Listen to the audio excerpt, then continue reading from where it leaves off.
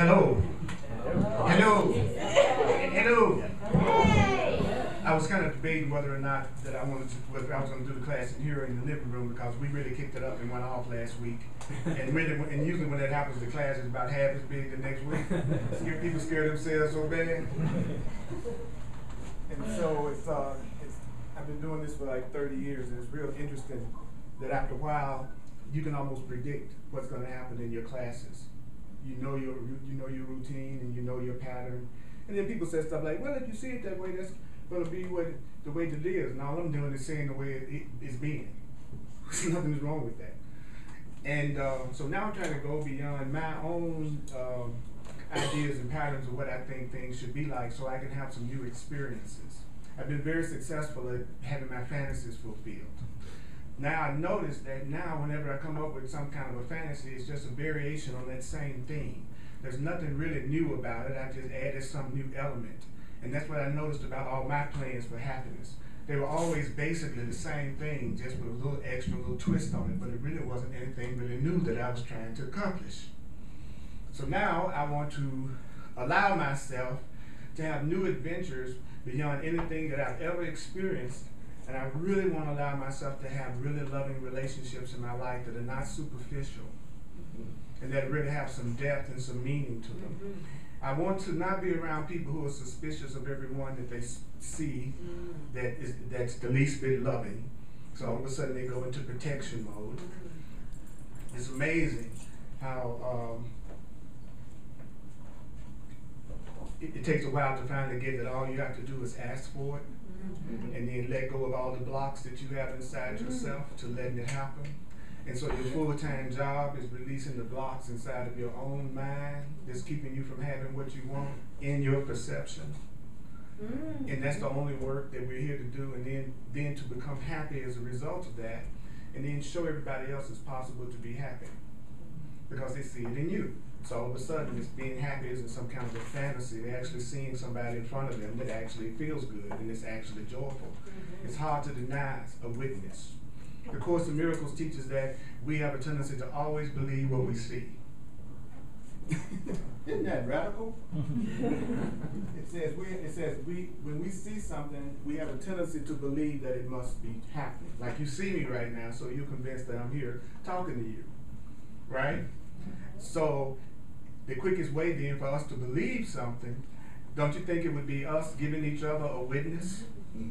Since you believe what you see and what you sense quicker than anything, then if we would give each other demonstrations of love, then we would believe in it faster because we would have witnesses around. Like, I'm blessed with so many witnesses in my life in the form of my friends.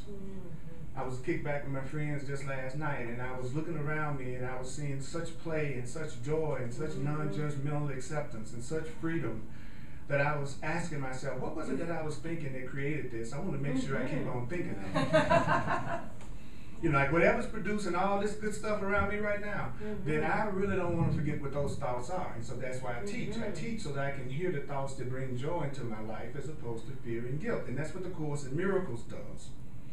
The Course in Miracles gives you the perceptions that you need to have to be happy all the time. It says that we really didn't create ourselves, and so since we didn't create ourselves, we don't really know what would make us happy.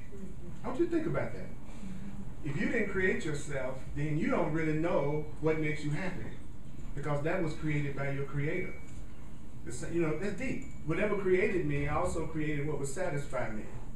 That's how I know I didn't create me, because I'm never satisfied with the things I create. I always want something more, something better, something greater. So today's lesson is called Looking Within. It's on page 229 if you got the text.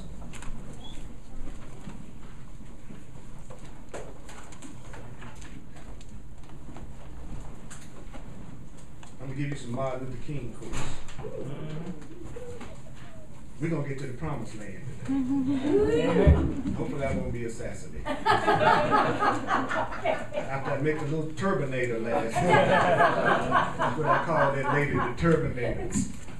This little lady with a turban that was calling me the N-word.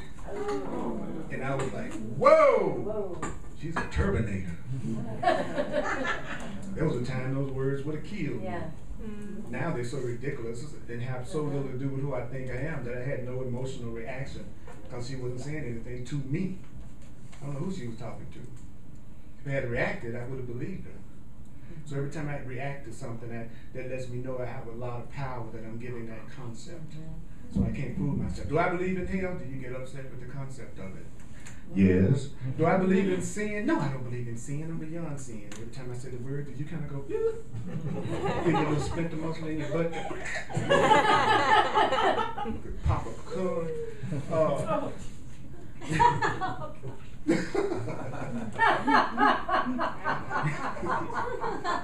Now you see why I'm only surrounded by people who like me. Y'all understand that? Like if you want to know the secret, now you know. Because if you're authentically yourself, I promise you, whoever don't like you is going to go away. So I'm going to give you a surefire method to get rid of anybody that don't treat you right. Just be yourself. They'll be gone. If they don't love you, they got to go. You don't even have to get rid of them. They'll be thinking it's set up so good. They'll be thinking that it was their idea to get rid of you. That's when you know you got it going good. Because then there's no guilt. Because they think it's their idea to leave you. They don't know that you was glad. So there's no lunches, no processing, no forgiveness that you need to work on. Both of y'all happy with the arrangement. I'm so glad that people don't like me, don't come around me. Thank you. I used to have people who didn't like me that told me they loved me and stayed around me. They wouldn't even leave when I tried to get rid of them. And then I was so crazy when they tried to go, I tried to get them back. I was miserable with you, but not miserable long enough. I'd like 6 more months of misery, please. Thank you very much. And not very much sex.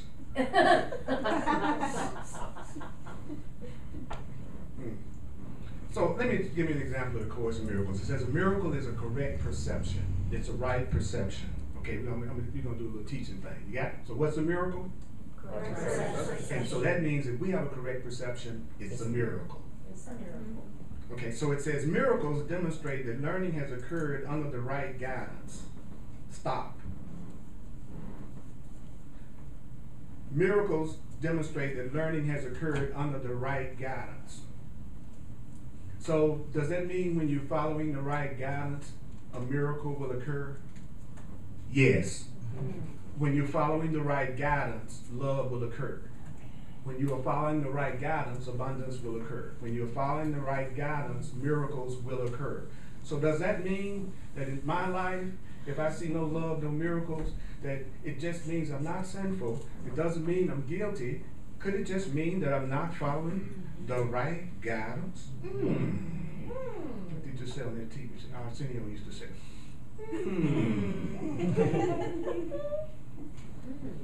You're not bad, you're just not following the right guidance.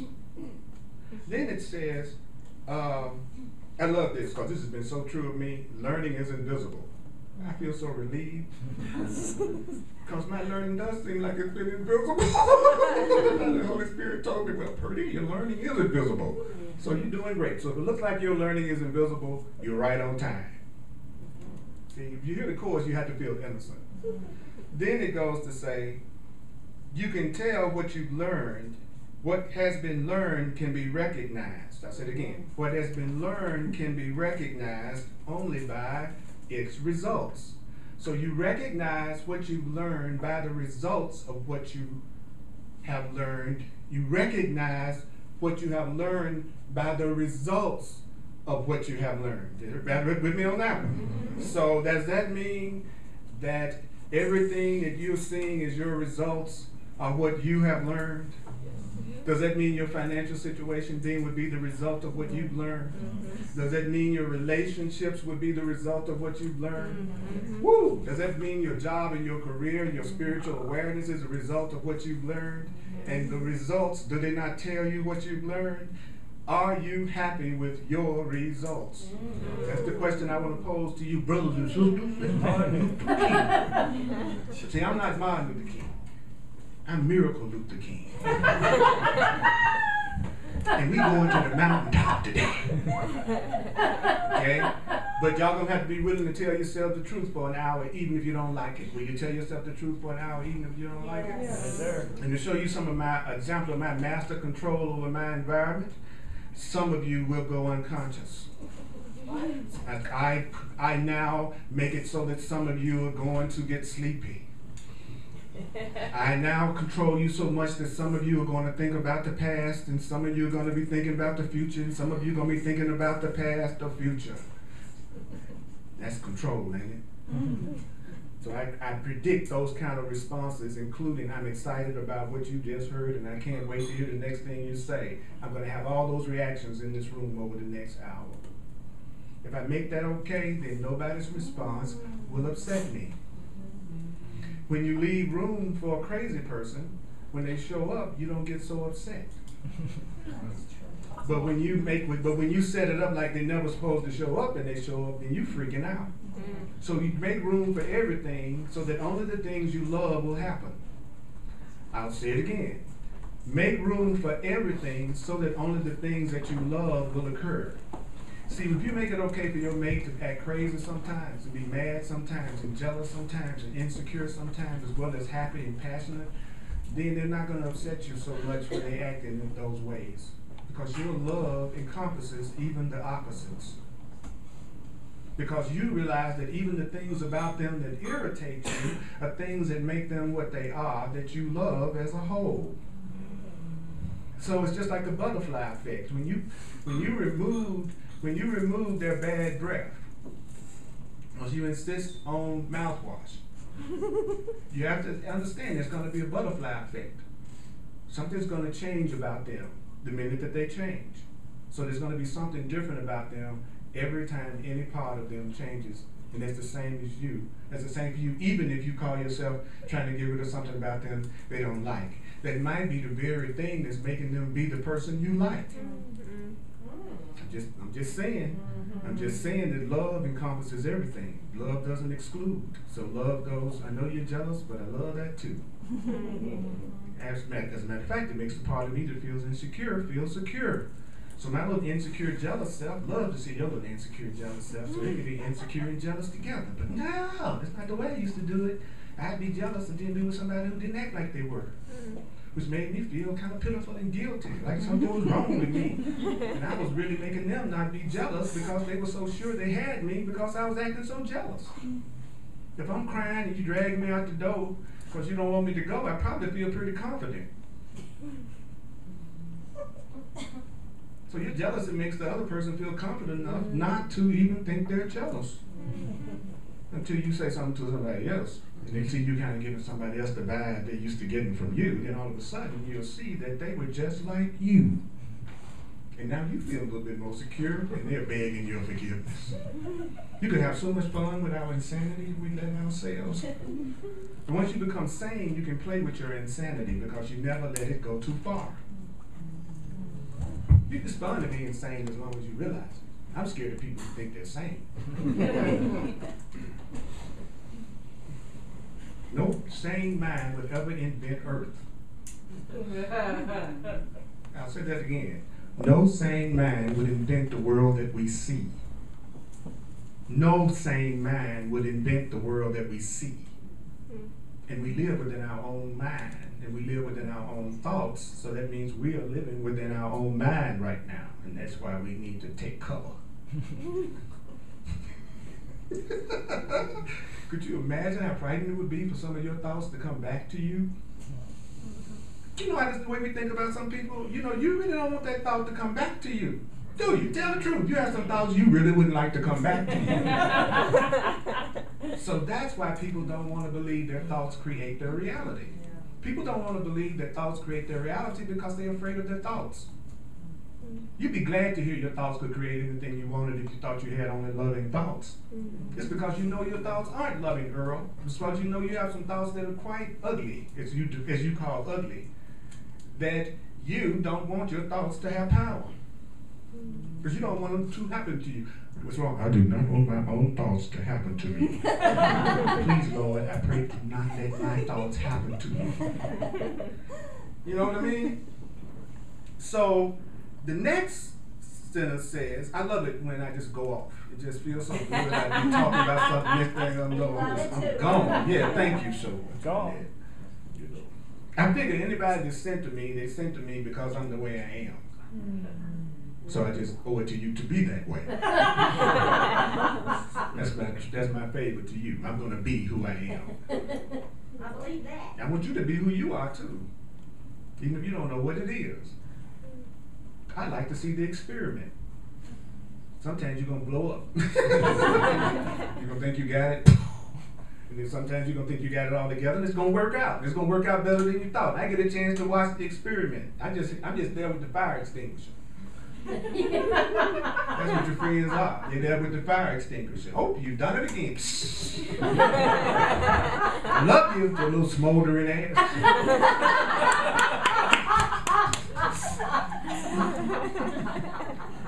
You know I'm smoldering.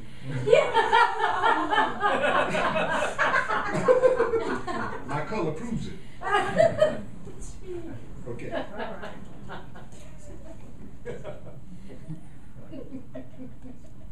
How can you tell when you're generalizing what you have learned? How can you tell when you're generalizing what you have learned? You use it more and more in every situation. If I think I create the way I feel with you, then I think I create the way I feel with you. And I think I create the way I feel with you. You see what I'm saying? If once you learn something, you just automatically use it in every situation.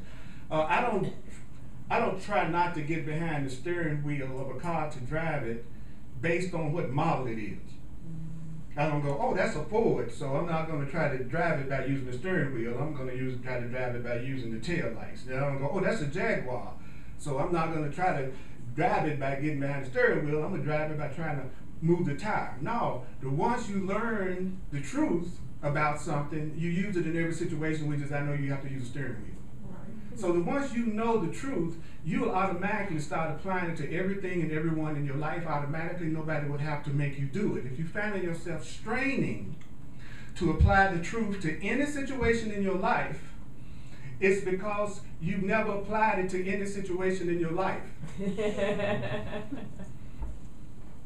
Because once you had really applied the truth to any situation in your life and then watched it work, nobody would have to make you do it again and again and again and again once you recognized it. Doesn't that make sense? Mm-hmm. Once you see something work, you use it all the time. If you're afraid to do something, it just means you've never really tried it yet, even though you think you have, because you would have gotten a result, and that would have made you feel confident to do it again. I changed my diet. I was getting a hint from my body that I need to do that because I thought I was going to die, which kind of let me know it was a hint. Okay, now, when I changed my diet, merely as a symbolic gesture, I didn't change my diet because I thought the sprouts were going to heal me. I changed my diet as a symbolic gesture to show that I was willing to have my mind healed. Because if you want your body healed, your mind has to be healed because the state of your body is coming from your mind. So if you're really smart, instead of asking for the healing of your body when you're sick, you'd ask for the healing of your mind. And then the medicine you take is symbolic of your willingness to be healed. So then you covered both ends. Just in case this stuff is crazy, I did get that segment. So you cover your butt at both ends. You do what you would do at the level of the body, and you do what you would do at the level of the mind. Okay, got it? Now, how can you tell when you should give up on you trying to heal yourself? The way you can tell when you should try to give up on healing yourself is when it didn't work. How can you tell when you should give up on healing a situation? When you tried to heal it, and what happened? It didn't work. Now, this is not rocket science we're doing here. Right? So then what you do is, at that point, you temporarily rely on external healing devices. You go to the doctor, you take the medicine, and you go jogging, or you change your diet. You do all that because the Course teaches that you obviously believe in the healing methods outside of you more than you believe in the healing methods inside of you. So therefore, go in the direction that you believe the healing will happen. Go in the direction that you believe the healing will happen. Go in the direction that you believe the healing will happen. And if you believe the healing will happen by going to a physician, then go to a physician because you already tried to meditate yourself out of that headache and now you got a migraine. Not only did you not succeed, the situation is worse than it was in the beginning. So you need to temporarily rely on something outside of you for the healing, is what the Course in Miracles says. So when you really learn something, you're going to apply it to every situation. And then it says, you will recognize that you have learned there is no order of difficulty in miracles. When you apply miracles to all situations, you will recognize that you've learned that there is no order of difficulty in miracles when you apply them to all situations. So when something is no longer difficult for you, you can tell, because when it's no longer difficult for you, you will do it all the time. Because things that you do all the time are things that are not difficult. Okay, so the Course just told us that I will not apply the truth to every situation until I recognize that the truth applies to every situation. In other words, it's not harder for me to say everything that I'm experiencing is coming from my mind in one situation as opposed to another situation. I can apply the correct way of looking at things equally to all situations. I can call every situation the same thing whether I believe it or not.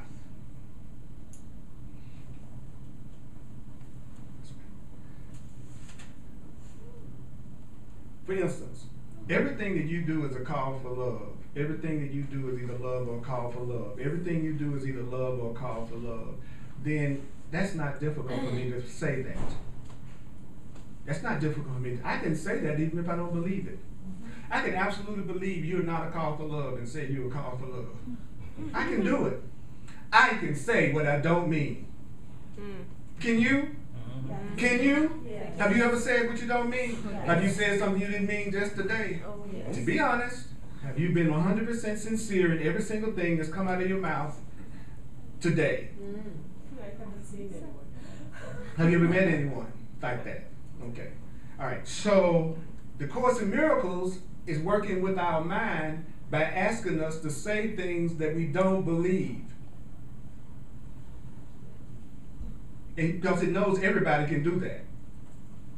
A child can do that. It's not a person in this room that can't say something to me that they don't believe.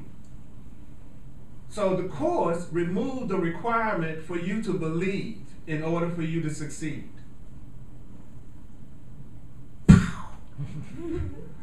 In other words, you can say the truth in every situation whether you believe it or not. You can say it's a call for love. You can say you created it. You can say it's a reflection of you. We can say we're one. We can even say we love each other. And we know we don't mean it. I mean, you know you don't mean it, don't you? But you do know you want to mean it. Could we all agree we want to mean it? Yes. But could we also be honest and admit we don't really mean it? Yes. When you say you love me, you don't really mean it. First of all, the Course says we don't even know what it is. That we don't have the slightest idea what love really is. How can you give me something that you don't even know what it is? I love you. I love you too. I don't know what I'm saying. I have the slightest freaking idea what I'm saying. I love you forever. Oh, I could be so sincere in that minute. I promise you I mean it. When I say it, I really do think I mean it. But I don't know what it is. So, I want you all to tell me you love me even when you don't. And I tell you I love you even when I don't. You know why it's okay? Because it's true.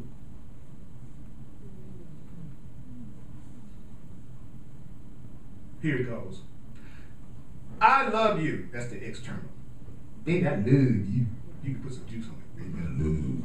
I really want to get that Barry White boy. I love you. You the holy child. You want people to feel the vibration of their 12th chakra going to their third astral dimension, astral plane. You gotta put that metaphysical stuff out there every now and then. People don't think you're enlightened, you know what I'm saying?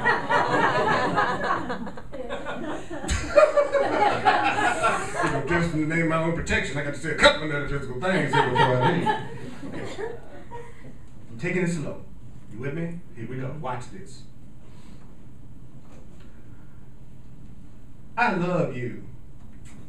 I really don't mean it. Because I really don't know what love is, and I got a lot of issues. But the truth is, underneath that is the real me that does love you and is only love. That's real. Beneath the part of me that thinks it doesn't exist is sitting in the chair. Okay, so when you say I love you, you're really telling the truth. So you don't have to believe it. It's true. Then you get the result. So you start experiencing loving things to people who you think don't even know what love is. You find yourself being crazy about each other and you're crazy. You be crazy as hell, but since you love each other, you don't hurt each other. Your friends and family do not have to believe your metaphysical, spiritual ideas and beliefs for you to get along with them. All you have to do is love each other. They don't care what you think if they love you, and you don't care what they think if you love them. You just want to treat each other right. But I used to like, well, the person I love has to understand the course. Hell, I didn't understand the course. I would just be being with somebody that was just like me.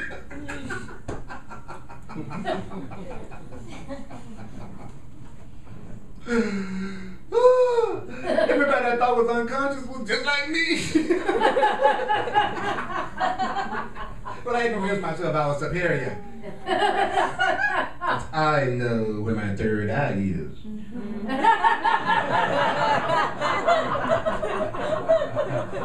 I've been looking for it around the house for weeks. It's my third eye. Damn. Okay. Would you really want to go out with somebody with a third eye? Think about that. Somebody came to the door and they had another eye there. You're not going to hear it to go out. Just want you to think about these deep probing spiritual thoughts. And I'm going to throw up a question in a minute. I want to hit one more thing. So how will you know when something has no difficulty? When I'm doing it in every situation. How do I know it's true? Because I use it in more and more situations. How can I tell when I've learned it? Because I get the results. If it's not happening in my life, why isn't it happening? Because I'm not learning under the right guidance.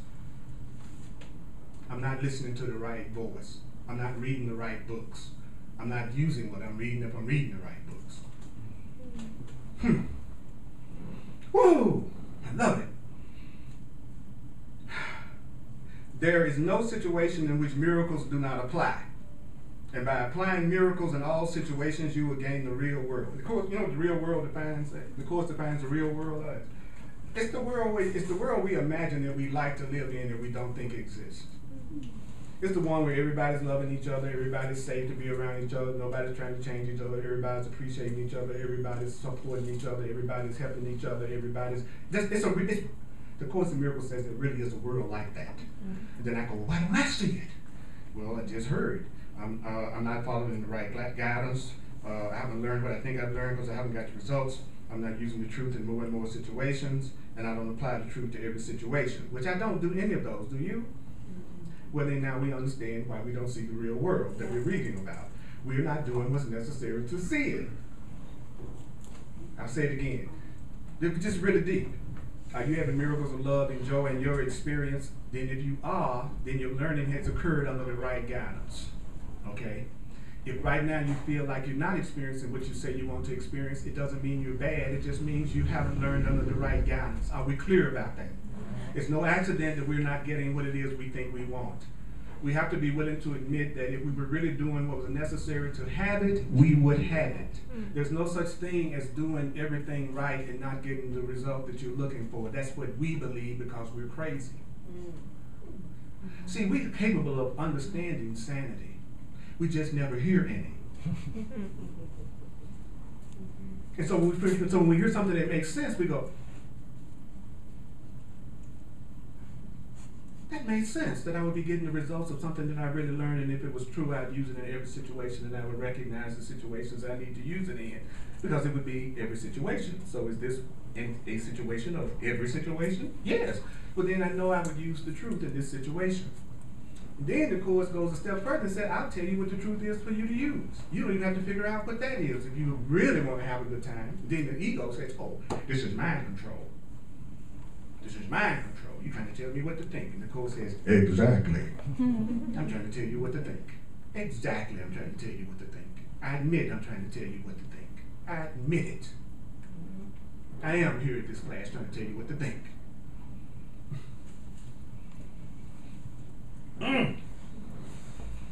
And the agreement I got is that I'll be telling you what I need to learn.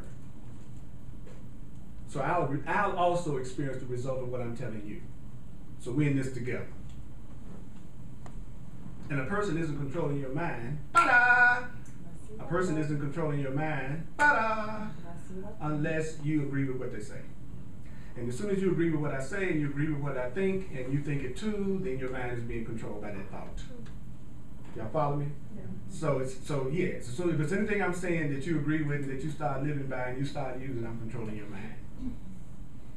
The thought is controlling your mind. So we are being asked to have mind control, but by a mind that loves us instead of a mind that hates us. We've been allowing ourselves to be controlled by the part of us that hates us and fears us and feels guilty. And we've gotten the results. And some of us have gotten as much of that result as we can stand. And because we've reached the limit of the pain that we're willing to experience, we're no longer at that point where we want to philosophize. We want to get off the fire. Instead of philosophizing, we want to get off the fire. Off the fire. Off the fire. Philosophize, get your butt off the fire. So if you actually reach your limit in some area, you're teachable. Right? And the only thing a teacher can do is motivate.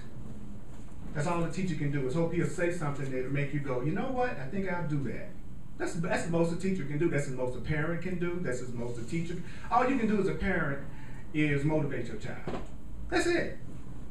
That's it. You're a good parent, you're a good motivator. But you're certainly not responsible for the spiritual lessons that your child is giving themselves in order to grow and awaken. That's going to come to them regardless of what kind of parent you are. So you could be the best parent in the world and your kid be in a maximum security prison. Because for whatever reason, that was a lesson that they chose for themselves for the involvement of their soul. And they won't always be there. And they won't always be having the problem that it looks like they're having. You did not create your children. Parents out there. You did not create your children, and your parents didn't create you, so give them a break.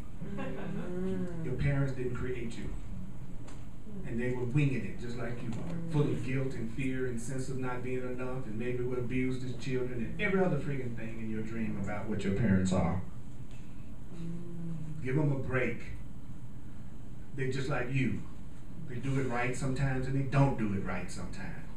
Expectations and demands made on them by, you know what I'm saying? It's like, I wasn't there for my daddy. All I thought about when I was a child was what my daddy was good do for me. I wouldn't think about, boy, did my daddy have a bad day today? Could my daddy need a little consult? You know, I thought, I had this picture, I'm the child. And then I used to love to say this lie. I'm going to tell you the biggest lie a child says at some point in time. See if you said this lie to yourself. Lying test. You ready? I didn't ask to be born. Y'all ever said that lie? Oh, yeah. Yeah. I didn't ask to be born. Yes, you did. Yes, you did ask to be born. Because you wanted to be happy and you knew you needed to have some experiences that weren't necessary for you to have in order for you to be happy. Because it's never necessary for us to go through anything to experience love. It's just that we feel so guilty we won't let it come without a little suffering on our part. You follow what I'm saying? If I want to give you a gift but you don't think you deserve it, you might say, I only accept the gift after I wax your floor. Because you met people like that. They won't take it. They can't take it directly. They say, well, can I come over and sweep your floor? You see what I'm saying? They could have gotten the gift directly. That's what the Course is teaching us about our relationship to our source. We could be receiving the happiness and joy we want directly. We're the ones that come up with all these plans about how we think it's supposed to happen, and then we try to manipulate everybody around us into acting out the plan we made up to make us happy, and then say they're not supported, that they don't allow themselves to be controlled by us. Woo! Did anybody hear me? Hello? Anybody out there? Hello. All right, so any questions or comments? Yes. Yeah, it seems like what you just described in the last minute or two, or maybe the last seconds, is really why so many people are dissatisfied with their work. Why? Why so many people dissatisfied? Because they resent being controlled by somebody else. Every fantasy is an attempt to control reality. Every fantasy is an attempt to control reality. Every fantasy is your attempt to make reality what you want it to be, regardless of what reality wants to be. It took me a lot of study to be able to say that. I say things to you all very matter-of-factly that it took me years to be able to say with any level of sincerity. I promise you. So I don't expect you to agree with me or get excited all the time about what I'm saying or anything. You just having the same reaction I had when I first heard it, which was sobering. You know, and I understand that. Sometimes I forget that though. Then I get impatient. So I think I ought to be just directly transferred to you that you can stop suffering today and I can stop suffering today. You know, and I just want to make everybody get that, you know. How can I give you 30 years of the course in an hour? It's like, how can I do that is what, you know, I want to do. Just like you want to do with your children and your friends.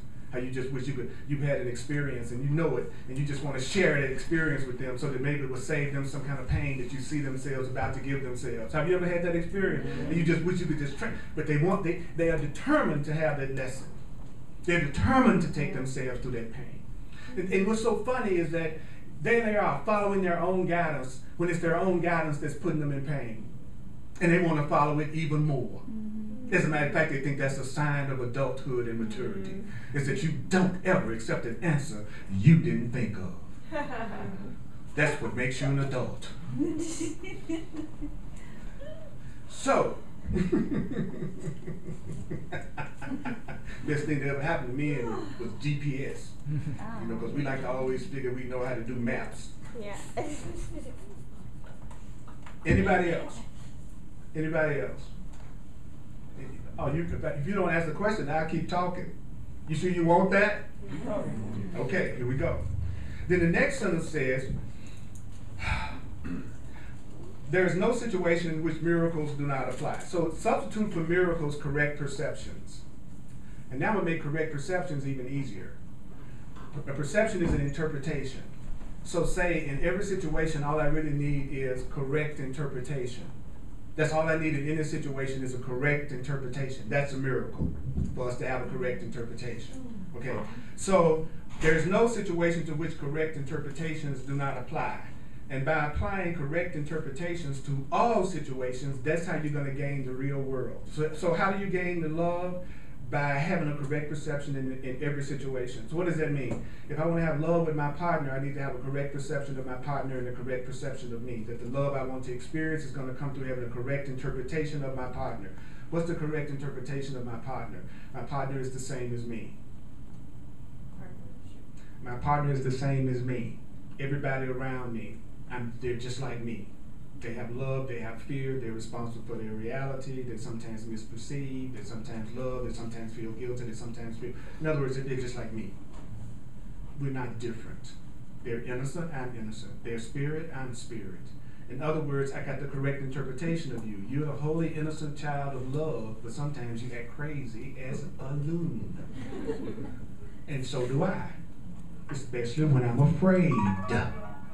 Especially when I'm afraid. I act the most crazy when I am afraid. Based on that definition, what does that say about the people in the world? Everybody's friggin' afraid. And guess who they're afraid of? But they think it's who? Everybody else.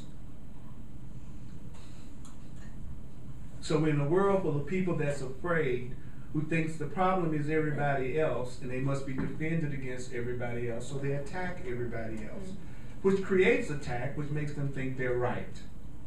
But they don't see that the attack comes from them. Yes? Why are we so afraid? because we've forgotten who we really are. We've forgotten that we are loved. We've forgotten we're connected to source. We've forgotten we're spirit. And why did we do that? Because we had a thought, because we're free, that we forgot to laugh at, which is the thought that I could be separate from God and love. So we're having the experience that infinite beings have who want to pretend they are human. You are having the experience of being a divine being, pretending you are a human being who's afraid. Some of us are willing to recognize we're actors, and we have remembered we really are infinite beings pretending to be human beings.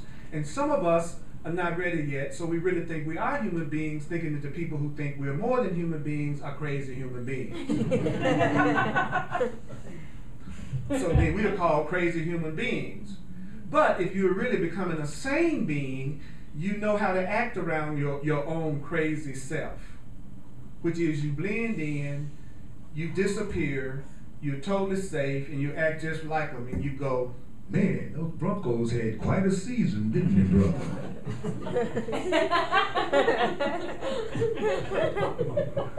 Did you go see World War Z? Man, the Man of Steel, just the musical score alone was worth the money. You know what I'm saying? You seem so normal, nobody would ever guess. Now tell me exactly, how do you get the toilet to flush on the 55th floor? You know, in other words, you know, whoever you with, you know, you just doing with them. Because I want to know how they get a toilet to flush on the 50th. I really wanted to know. So really, people who are becoming enlightened, they don't attract a whole lot of attention to themselves. It's the ones who aren't that do, unless they're divinely guided to play their role, like Jesus was, in which he said in the Bible over and over again. I'm not a Bible scholar, but the few times that I read it, I remember reading that he said he knew he was going to be crucified, that was why he came. Because that was, he wanted to show he was going to be crucified, he was going to come back. But y'all forgot about the coming back part. Right. So, was he a victim? No. If he knew it was a part of a role he chose to play, just like me suing the theater company for the role they hired me to play. That's what we try to do all the time. We try to sue the theater company for the role that we decided. You were the one that decided to play white woman in the 2000s. I decided to play luscious, delicious black man. Starring Earl Purdy. I like it in those commercials, you know, when they be advertising before going to commercials, like on the TV shows, and they don't say anything, they just go there.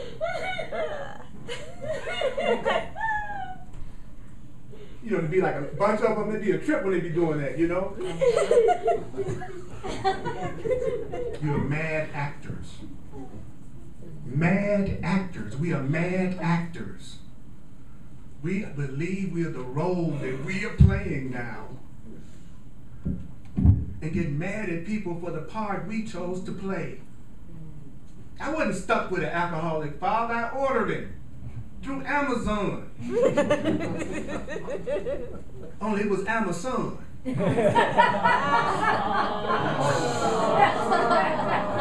So quickly they turned. So that's what I told you. We don't know what love is.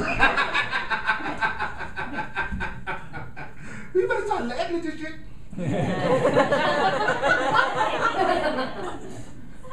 We're too freaking serious, especially holy, spiritual, religious people. Get the bricks out your butt. Being spiritual does not mean being quiet necessarily. It's just one form of expression, right? Right. So, how do you gain the real world? You apply the truth to what? Everything, right? And then it says, for in this holy perception, I don't know about you, but the word holy used to kind of turn me off when I first started studying. Now, some people love the word holy. I know some people that's all into holy, but for me, holy was a little bit of a challenge. Anybody else have a holy challenge? Yeah. Okay. But the Course in Miracles definitions always take away whatever resistance you have to any words in the book. Its definition of holy is innocent. That's one of them. There's many. I like that. Because if guilt is what causes our pain, then it's innocence that's going to cause our true pleasure. So true pleasure comes from feeling innocent. True pleasure doesn't come from feeling guilty. If you really want to have the best of everything you've ever experienced, food, sex, house, cars, creativity, God, spirit, if you do it from a place of feeling innocent, that's why it's hard to only have sex sometimes for some people with their mates in a relationship. You know why? For some people. Would y'all like to hear? Mm-hmm. Yes. People wonder why sometimes people in a relationship, but they just insist on getting some on the side. That's the name of my workshop. Getting some on the side with Earl. And how to feel innocent about it in 3 easy steps. I'm gonna have winning infomercials and everything. You're gonna see me like 3 o'clock in the morning. All right, y'all ready to get some on the side? What? Some truth on the side, some love on the side, some reality on the side, some sanity on the side. You know? SOS, sanity on side. Time to call out the SOS. Well, innocence is the key. So if you're in a relationship and you feel guilty, it's hard for you to take the innocence you could feel from having sex with someone that is even okay with the world that you have sex with. Because when you're in a relationship, even the world says it's okay for you to have sex with your partner, your mate. You know what I'm saying? The world condones something. So whatever you do that the world condones, you could do it with a feeling of total innocence, even at the level of the world. Mm-hmm. And so if you feel guilty and you don't think you deserve to have something innocently, you have to do it in a way that makes you feel guilty. Because you can't handle how innocent it would be to have something where you can have it, with who you can have it, and everything's all right with everybody that you have it. Wow. You getting off with your partner, y'all just make love everywhere, on the roof of a building, on the sidewalk, under the sewers of the streets of Denver. Not that I know about that. Then you get married, see, that's okay. Oh, that husband and wife had made love under the sewer? They must really love each other. The world would be like impressed. Wouldn't it? The world would be like going, wow, they must really care about each other. So I'm just saying that you can feel innocent about everything if you want to. There's a way for you to feel innocent about everything if you really want to know your innocence. There's nothing that can prevent you from feeling your innocence. But if you feel guilty, and you like to feel guilty, there'll be a part of you that always wants to break the rules. Now, part of you is breaking the rules because you want to bring something new into your life and something new into the world. So the rebels are very much needed. Okay, those of us who are the rebels. Okay, but this is what we got to get. Is that the part of us that learned the things that the world taught was right and wrong. And we know there's a part of us that learned that because we see the world. That part feels guilty every time you break one of the rules and you don't know about it. So you don't know that your good little boy and good little girl that obeys the world, it feels guilty every time you do something outside of the moral laws of the world. You follow me? So one day, unless you really have accepted your innocence, truly, you're going to have the guilt that you feel about what you're doing, that you don't know you're having about what you're doing, come back in the form of situations that freak you out. And you start to want to feel guilty about your past.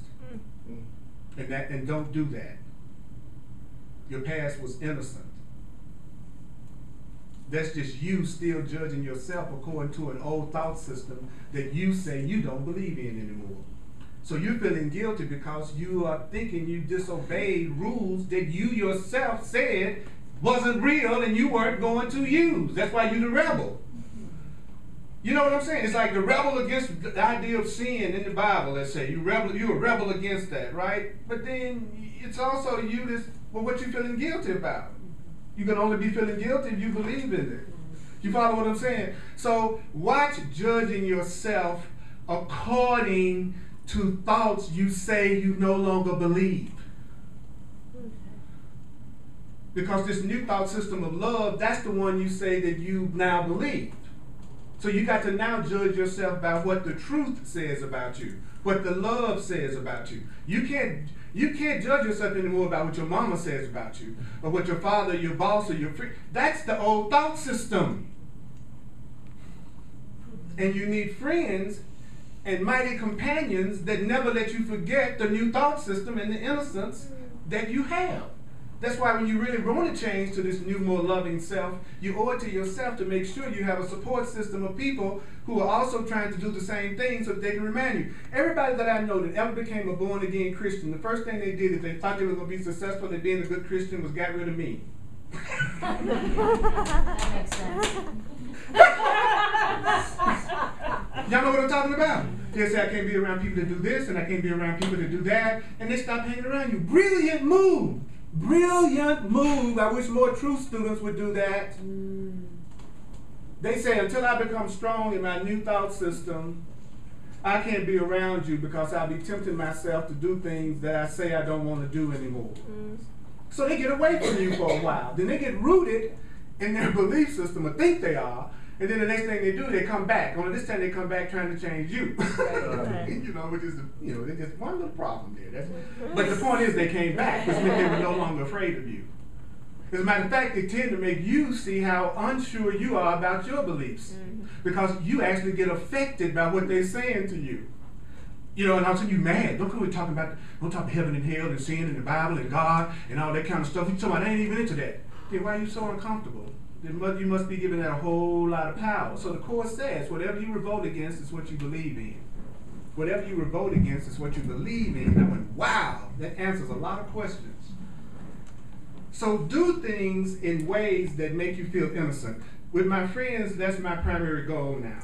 How can I support your innocence? Because if I can support your innocence, then you won't attack yourself. Because attack comes from guilty thoughts. So if you don't feel guilty, you won't hurt yourself.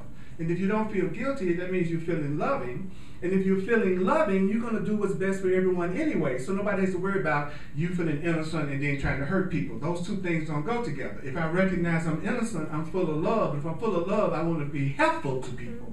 So there's no such thing as you don't feel guilty, so you just go out and hurt somebody. You go out and hurt somebody because you feel guilty. The guilt comes first, then the murder. The guilt comes first, then the fight. The guilt comes first, then the lack. The guilt comes first. The anger comes first, then the argument. That's what we don't realize. You don't just get mad. You're already mad, and then you just use something that happens to trigger the anger that's already in you that you're trying to pretend you don't feel. And so you said the other person made you mad. No, they didn't make you mad. You were already on station mad. They just pushed your button.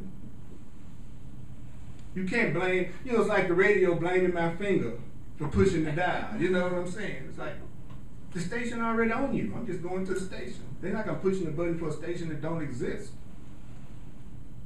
Woo!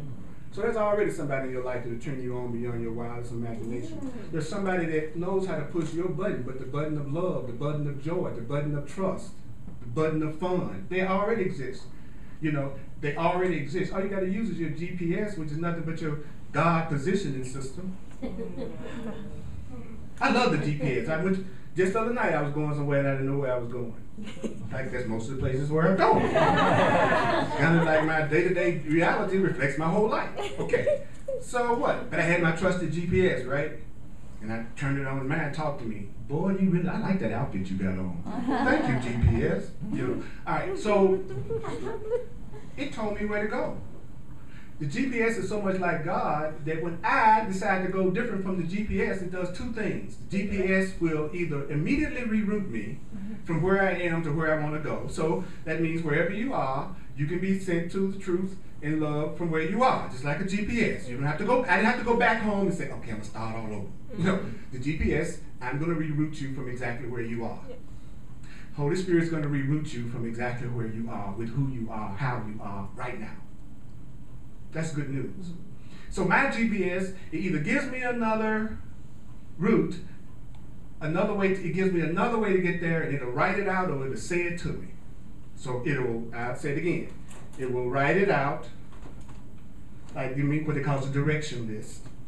Or it will say it to me, like the Holy Spirit will get to the point that your higher self speaks to you like a voice or whatever way you can really hear it and you can directly get guidance about what to do because I do and I'm not special so I know everybody in here can, but I worked on it. It didn't happen without me doing some serious intention and study. But now I can hear the voice of God inside of me saying, Earl, blah, blah, blah, blah, blah with you. But I know it's the voice of God because it never condemns me. It never attacks me. It never does any kind of threatening talk to me whatsoever. It's always saying, do only this, and do only that, and do only that. And if you don't, you're loved anyway, because there's nothing you can do to ever lose my love. See, I don't listen to people who don't tell me there's ultimately nothing I can do to lose their love. There's nothing I can do. I'm looking for, that's our foundation. It's going to be, all right, you got my love no matter what. And this is acceptable, this is not acceptable, this is what I might want to do with you, this is what I might not want to do with you, this is what, but it's built on the foundation of unconditional love. It doesn't mean that I'm going to do everything you say. It just means that I'm trying to learn how not to let your behavior interfere with my love for you, even if I choose to deal with your behavior in a way that's most peaceful for me. Got that? Which might be me saying, you know what? I can't come around right now, but you're really cool. I used to go, and this is wrong with you. Yeah. It's not like that now. Okay, if you choose to do that, that's your business. That's all right. If I do any way I can help you see it differently, I'm open to helping you see it differently. But if that's not what you want to do, out of my respect for your power and who you really are, I'm going to remove myself from the situation because it seems like for whatever reason we're not bringing each other peace and we can't communicate in such a way that helps to remedy that situation. I'm cool, you're cool. Let's do it another way. Let's do it another time, and we'll heal this at some point. Have a nice day. That's the way you start to get. Doesn't that sound cooler? Yeah. So you are cool. You got your own personal GPS. The Course in Miracles is trying to get rid of everything that keeps you from hearing your own personal guidance that'll take you to where you want to go. You can be rerouted no matter where you are right now, whether it's in your relationship, your finance, your spiritual reality, or whatever you're going through, physical ailment, whatever it is, you can be rerouted. If you really say you believe what you say you believe, then you will start using it in every situation. And the more you use it and see that it works in every situation, the easier it will become. So therefore, you will consistently experience the results of happiness more and more because you're consistently applying the rules of happiness more and more. Got that? So a bad day is just a day that I'm not consistently using the truth. I'm having a bad day. Today, I'm refusing to see myself as powerful, responsible. Today, I'm calling myself the victim. Today, I'm holding a grievance. That's me having a bad day. It takes the form of everybody that's upsetting me and making me mad all day. That's a reflection of the grievance that I'm holding.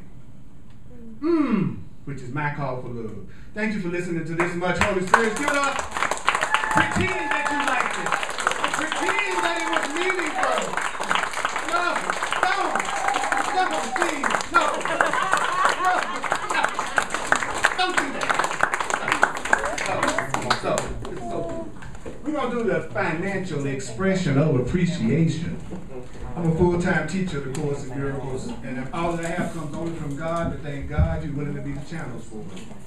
And I want to be the same for you. So, thank you for sharing. Those on the internet, you can go to my website, earlpurdy.com, and you can make a financial expression of appreciation. And thank you, those of you who've been doing this and woke up in the morning and said, guess what? Earl eats too. Okay. I'm available for one-on-one clarity sessions where I take everything I've learned and I apply it to whatever it is you think you're going through to give you another way of looking at it that could free you from what you're going through. On my website, it explains my clarity sessions in detail and everything about them. And I'm also available for coaching and mentoring. Like if you've been really wanting to get into the course, but you know you got some blocks with reading it, you can have one session with me, and I know I can help remove a lot of the blocks that make the Course in Miracles appear to be tedious, so you can get the miracles that it absolutely gives you from having to study. I'm here to be truly helpful. I believe I deserve to receive on every level for what I do, just like you. And I want you to receive abundantly on every level for what you give also. So that's just the truth of it. That's the way it is. So I'll be doing the Way of Mastery class Tuesday at 7 o'clock right here. You're invited to go to that. And please, if you would like to be on my mailing list, please go to my website and you can do it if you're in the class. I want to pass it. Anybody that wants it, because I send out links every week as to recordings of my classes, so that you can look at them on your computer and review what I heard, as well as to let you know about workshops and when I'm out of town. And next Sunday, we're going to have Anna Gajawa. She's going to be doing the class. She's awesome. Cool. Anna, would you stand up there, please? This is Anna Gajawa with all her lusciousness. And she's an incredible Course in Miracles teacher. I'm telling you. So give she's me and a blonde white girl for me. White woman. Sorry about that. But it's funny. It's like the women who are the most fun are women who know they aren't women. And the men who are the most fun to be with, for me, is men who are learning they are more than men. When you're around people like that, you have an ecstatic experience because they are not freaking out on things that people who think they are their sexual gender freak out about. There's a difference between being a woman trying to be spiritual and a man trying to be spiritual than a spiritual being expressing through a woman and a spiritual being expressing through a man. It's a world of difference between those two kind of beings, and you're going to run across them a lot while you're on the spiritual path. And if you run across a person that thinks they're primarily their body trying to be spiritual, you're going to deal with more ego than you're going to deal with people who know they're spiritual or want to know they're spiritual, but who they're expressing through the physical form. And you can tell the difference by how much freedom you have around them and how much less judgmental they are. Is one way. And we all becoming aware of the spiritual self. You're right. So just again, you're innocent, and we're going to use the truth in every situation. So I want you to take one truth, whether it's I give everything I see all the meaning it has for me, or I'm entitled to miracles, and just try to apply that one truth. It's one thing you heard today to every situation that you come up with this week. Like if I was just to see everything as love or call for love. Okay, so let's take a breath. I'm just about ready to go out.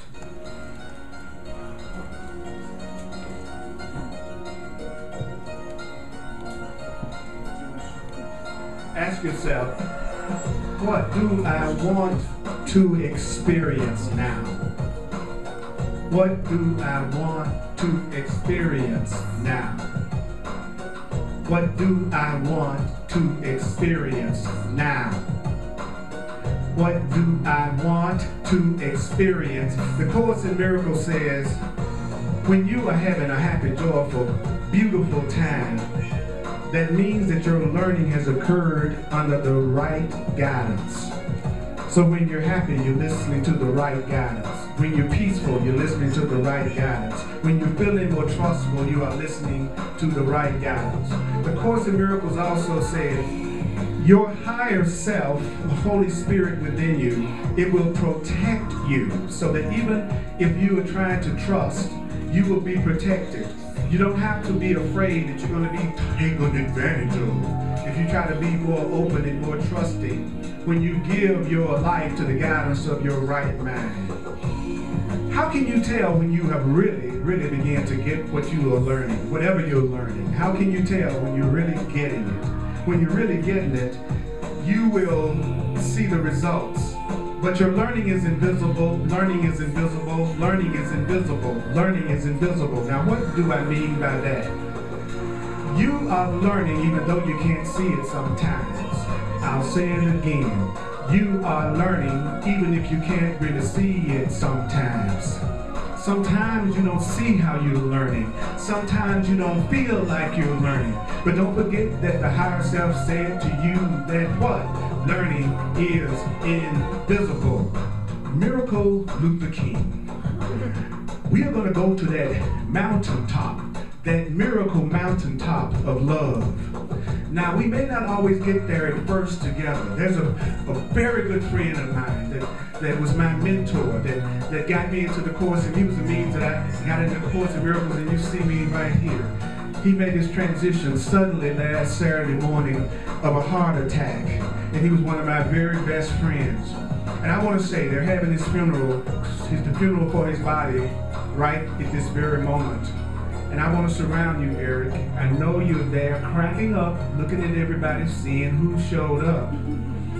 But I love you, brother. Thank you on every level.